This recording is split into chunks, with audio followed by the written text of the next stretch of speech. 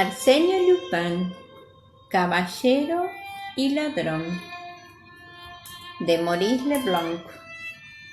Novela policial en 8 capítulos.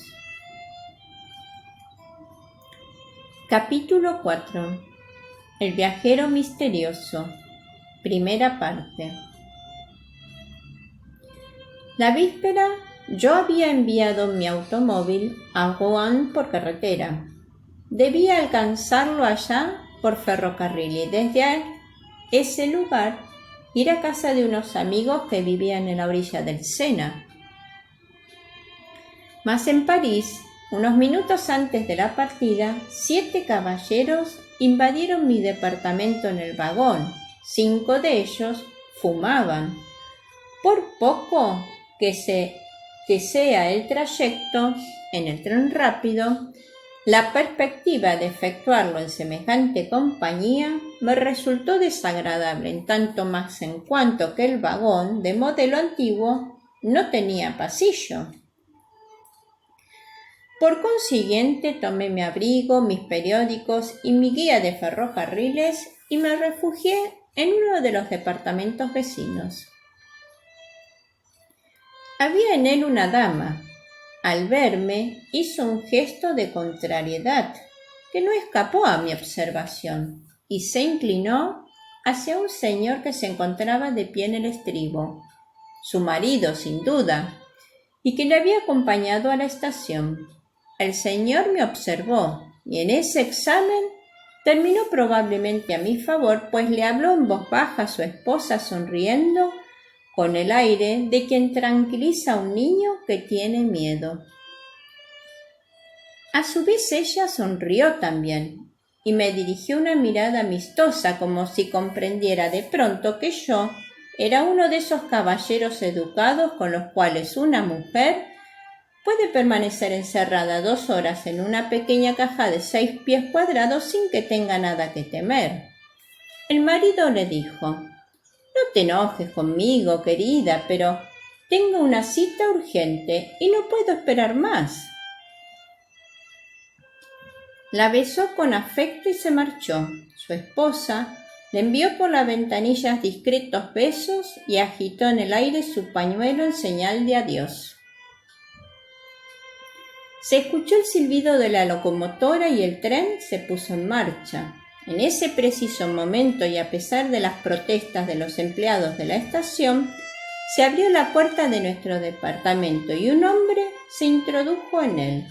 Mi compañera, que se encontraba en pie y estaba poniendo en orden sus cosas en la red para equipajes, lanzó un grito de miedo y cayó de espaldas sobre el asiento. Yo no soy miedoso, lejos de ello, pero confieso que esas irrupciones de última hora me resultan siempre desagradables. Me parecen cosas equívocas y pocas naturales. Debe haber en ellas algo de anormal, sin embargo, el aspecto del recién llegado y su actitud eran más bien de naturaleza a atenuar la mala impresión producida por su proceder. Había en él corrección, casi elegancia, y llevaba una corbata de buen gusto, unos guantes limpios, y su rostro era enérgico. Pero ¿dónde había yo visto antes aquel rostro? Porque no cabía duda posible. Yo lo había visto con anterioridad. Al menos y más exactamente, yo encontraba dentro de mí esa especie de recuerdo que deja la visión de un retrato contemplado varias veces, pero del que no habíamos visto el original. Pero al mismo tiempo yo sentía la inutilidad de todo esfuerzo de mi memoria a tal grado aquel recuerdo resultaba inconsistente y vago. Sin embargo, al fijar mi atención sobre la dama, quedé estupefacto por su palidez y el desconcierto que se reflejaba en sus facciones. Miraba a nuestro compañero de viaje sentado del mismo lado que ella, con una expresión de verdadero miedo, y comprobé que una de sus manos, toda temblorosa, se deslizaba hacia una pequeña bolsa de viaje colocada sobre el asiento, a 20 centímetros de sus rodillas. Acabó por tomar la bolsa y nerviosamente la atrajo hacia sí. Nuestros ojos se encontraron y yo leí en los suyos tanta angustia y ansiedad que no pude menos que decirle: ¿Se siente usted mal, señora? ¿Quiere que abra la ventanilla? Sin responderme, me señaló con un gesto temeroso hacia el desconocido. Yo sonreí lo mismo que había hecho su marido. Me encogí de hombros y por señas le expliqué que ella nada tenía que temer, que yo estaba allí y que por lo demás aquel caballero parecía completamente inofensivo. En ese momento el desconocido se volvió hacia nosotros, mirándonos primero a uno y luego al otro. Nos observó de pies a cabeza y por último se arrellanó en su rincón del asiento y ya no se movió más. Se produjo un silencio, pero la señora, cual se hubiese hecho acopio de todas sus energías para llevar a cabo un acto desesperado, me dijo con voz apenas inteligible: ¿Sabe usted quién se encuentra en nuestro tren? ¿Quién? Pues él, yo se lo aseguro. ¿Pero quién es él? Arsène Lupin. Ella no apartaba sus ojos del otro viajero, y era más bien a él a quien dirigía las sílabas de aquel nombre inquietante. El individuo bajó más el ala del sombrero sobre su rostro. ¿Acaso hacía esto para enmascarar su turbación o bien se preparaba para dormir? Yo opuse esta objeción. Arsène Lupin fue condenado ayer en rebeldía a 20 años de trabajos forzados. Por consiguiente, es poco probable que cometa la imprudencia de mostrarse en público. Además, ¿acaso los periódicos no han señalado su presencia en Turquía este invierno después de su famosa fuga de la Santé? Él se encuentra en este tren, repitió la dama con la intención que era cada vez más que evidente de hacerse oír de nuestro compañero de departamento. Mi marido es el subdirector de los servicios penitenciarios y fue el propio comisario de la estación quien nos dijo que estaba operando en la búsqueda y captura de Arsène Lupin. Eso no es una razón. Fue visto en la sala de espera. Tomó un billete de primera clase para Rouen, pues en ese momento era fácil echarle mano. Sí, pero desapareció de pronto. El revisor de servicio en la entrada de las salas de espera no le ha visto, pero se suponía que había pasado por los andenes de los trenes de los suburbios y que subió al tren expreso que sale 10 minutos después del nuestro. En ese caso, le habrían atrapado. Y si en el último momento ha saltado de ese expreso a nuestro tren y viene aquí como es probable, como es seguro, en ese caso es aquí donde será apresado, porque los empleados y los agentes no habrán dejado de observar ese cambio de un tren a otro y cuando lleguemos a Rouen lo detendrán limpiamente. A él, jamás. Ya encontrará el medio de escaparse una vez más. En ese caso, le deseo buen viaje. Pero, ¿y lo que él puede hacer de aquí a allá? ¿Qué puede hacer? ¿Acaso no lo sé yo? Cabe esperarlo todo de él. La señora estaba muy agitada y en realidad la situación justificaba hasta cierto punto esa sobreexcitación nerviosa. Casi a pesar mío le dijo: hay en efecto coincidencias curiosas, pero tranquilícese usted. Aun admitiendo que Arsène Lupin se encuentre en uno de estos vagones, procederá dentro de la mayor prudencia y más bien que buscarse nuevas complicaciones, seguramente no tendrá otra idea que escapar y evitar el peligro que le amenaza. Pero mis palabras no la tranquilizaron en absoluto. No obstante, ella se calló, temiendo sin duda el ser indiscreta. Yo abrí el periódico y leí los relatos del proceso de Arsène Lupin. Como no contenían nada que no fuese ya conocido, no me interesaron sino inmediatamente. Además, me sentía cansado, había dormido mal, sentí pesadez en los párpados y que mi cabeza se inclinaba.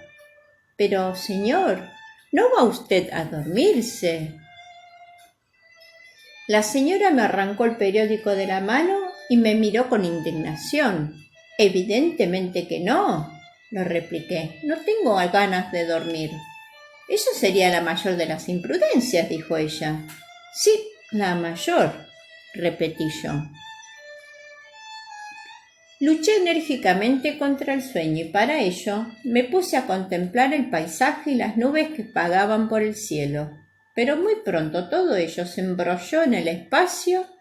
La imagen de aquella dama agitada y del caballero adormilado se borraron de mi mente y me invadió el grande y profundo silencio del sueño. Se apoderaron de mí sueños inconsistentes y ligeros, en los cuales un ser que representaba el papel y llevaba el nombre de Arsène Lupin ocupaba en mi espíritu el lugar principal. Evolucionaba en el horizonte, con la espalda cargada de objetos preciosos, atravesaba paredes y desvalijaba castillos. Pero la silueta de aquel hombre, que por lo demás no era Arsène Lupin, se hizo más precisa. Avanzaba hacia mí, se hacía cada vez más grande, saltaba dentro del vagón con una agilidad increíble y caía de lleno sobre mi pecho. Sentí un vivo dolor. Lancé un grito desgarrador. Me desperté. El hombre, el viajero, con una rodilla apoyada contra mi pecho, me apretaba con sus manos la garganta.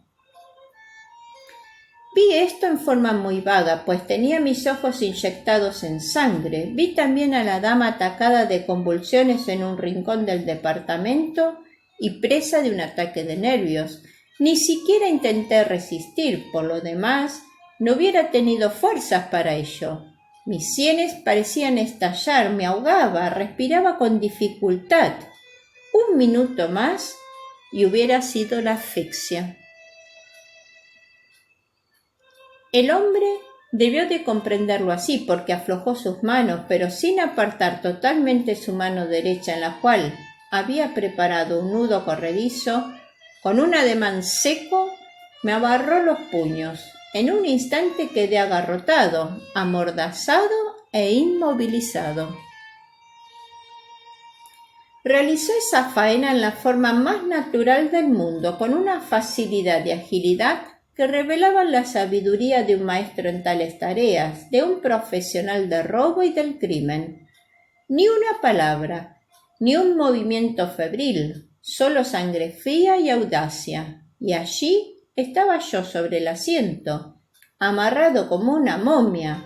¡Yo! ¡Arsène Lupin! En verdad, era cosa de risa. Y a pesar de la gravedad de las circunstancias, yo no dejaba de apreciar cuánto de irónico y de gracioso había en aquella situación. Arsène Lupin, amarrado como un novicio, desvalijado como un inocente, porque bien entendido, aquel bandido me aligeró de mi bolsa y de mi cartera. Arsène Lupin, víctima a su vez, engañada, vencida. ¡Qué aventura! Quedaba la dama. Él ni siquiera le prestó atención. Se conformó con apoderarse de la pequeña bolsa que yacía caída en la alfombra y extraer de ella las alhajas, el portamonedas y las cosas menudas de oro y de plata que contenía. La dama abrió un ojo, temblando de espanto, se quitó las sortijas que llevaba puestas y se las extendió al bandido, cual si con ese ademán quisiera ahorrarle a él todo el esfuerzo inútil. El individuo tomó las sortijas y las miró. Ella se desmayó.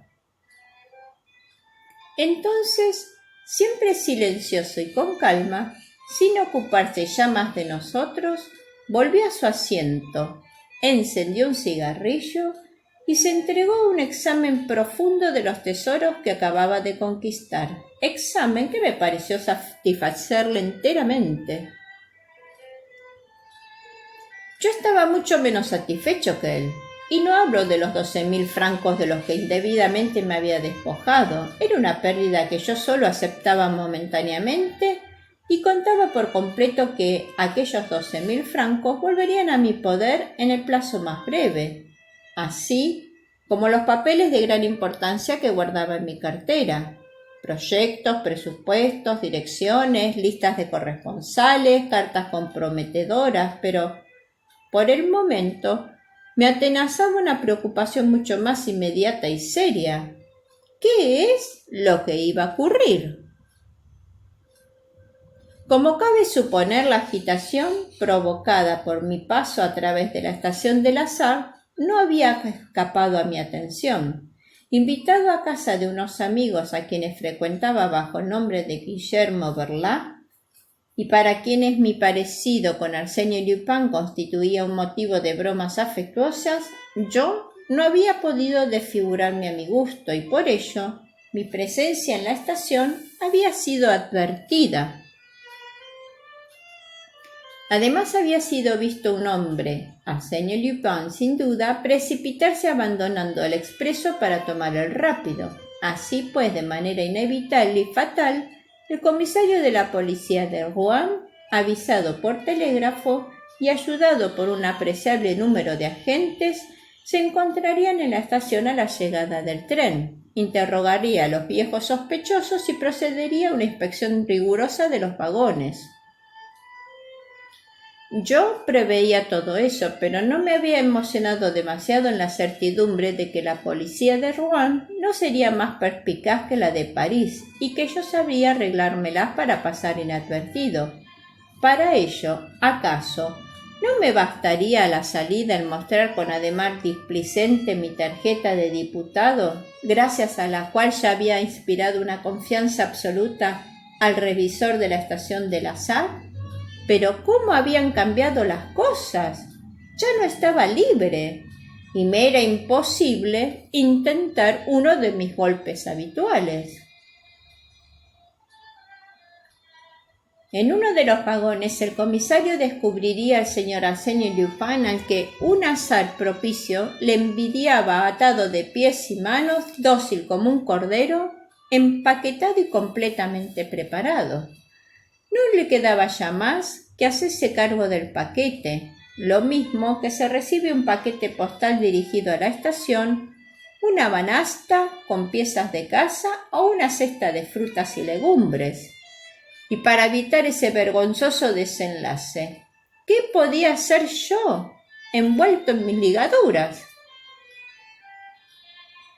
Mientras tanto, el rápido avanzaba hacia Rouen, que era ya la única y más próxima estación, habiendo pasado sin detenerse por las de Vernon y Pierre.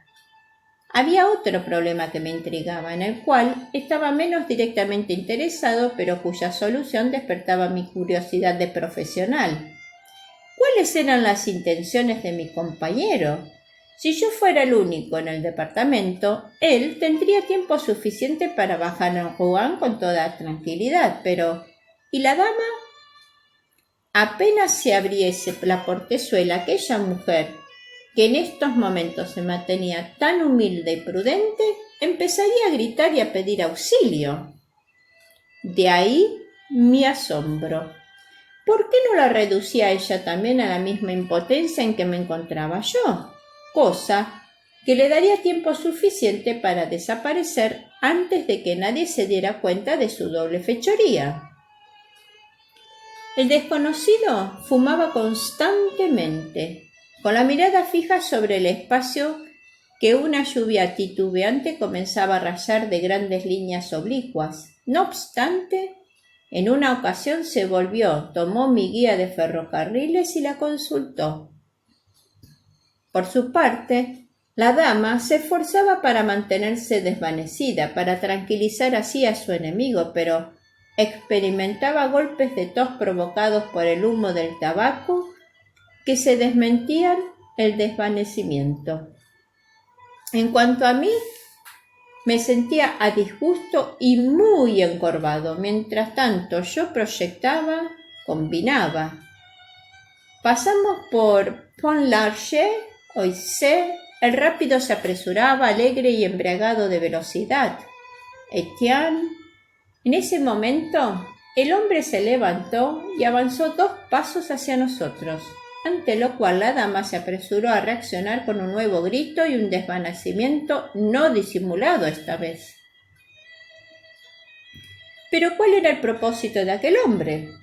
Bajó el cristal de las ventanillas de nuestro lado. Ahora la lluvia caía con furia y el hombre hizo un gesto revelador de la contrariedad que ello le producía, por no disponer ni de paraguas ni de impermeable o abrigo. Lanzó la mirada sobre la red de los equipajes. Allí estaba el paraguas de la dama y lo tomó. Cogió igualmente mi abrigo y se lo puso. Estábamos atravesando el Sena.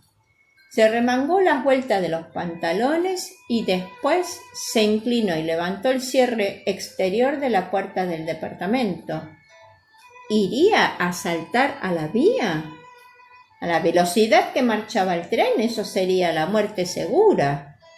Nos internamos en el túnel perforado en la Cota Sainte-Catherine. El hombre entreabrió la puerta y con el pie tanteó el primer escalón. ¡Qué locura! Las tinieblas, el humo, el estrépito. Todo esto daba a semejanza tentativa una apariencia fantástica.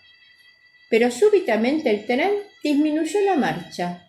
Los frenos aminoraron el impulso de las ruedas. En un minuto la marcha se hizo normal y disminuyó luego todavía más. Sin duda, estaban realizándose trabajos de reparación de la vía en esa parte del túnel que obligaban a los trenes a disminuir la velocidad. Esos trabajos debían de estar realizándose desde hacía varios días y el hombre lo sabía. Ya no tuve más que poner el otro pie en el estribo, bajar luego el segundo peldaño y saltar tranquilamente, no sin antes haber vuelto a echar el cierre exterior de la portezuela. Apenas había desaparecido cuando la luz del día iluminó el humo del túnel, dándole un tono blanquecino. Seguidamente desembocamos en un valle, otro túnel más y ya estaríamos en Rouen. Inmediatamente la dama recobró los sentidos y su primera preocupación fue lamentarse de la desaparición y pérdida de sus alhajas. Yo le imploré con la mirada. Ella comprendió y me libertó de la mordaza que me asfixiaba. Intentó igualmente desatar mis ligaduras, pero yo lo impedí. No. Es preciso que la policía vea las cosas tal como están. Yo deseo que ella quede admirada con ese pícaro. ¿Y si yo tirara de la señal de alarma? Es ya demasiado tarde. Era preciso haber pensado en eso mientras él me atacaba. Pero entonces me habría matado. ¡Ay, señor!